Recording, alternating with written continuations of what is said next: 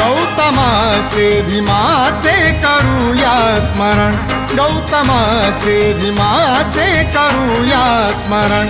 महामानवामुळे शुद्ध झाले जीवन,